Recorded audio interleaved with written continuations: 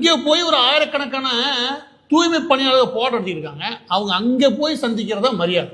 எனக்கு தெரிஞ்சு இந்திய வரலாற்றிலேயே, தமிழகத்தின் ஒட்டுமொத்த வரலாற்றிலேயே மக்கள் எங்கே போராட்டம் நடத்துறாங்களோ அங்கே போய் மக்களை சந்திப்பாங்க எந்த ஒரு அரசியல்வாதியும். ஆனா விசித்திரமாக இது மட்டும் கிடையாது. திரும்ப சொல்றேன், முன்பு வெள்ள பாதிப்பு ஏற்பட்ட போது எல்லாத்தையும் கூப்பிட்டு வச்சு அரிச்சு கொடுத்துருந்தாரு.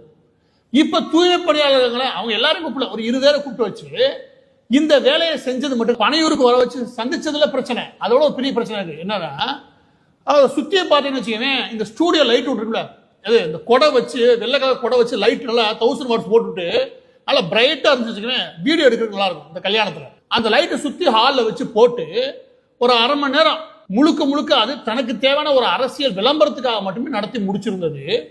எனக்கு தெரிஞ்ச தமிழக வரலாற்றிலே கீழ்த்தரமான அரசியல் அங்க.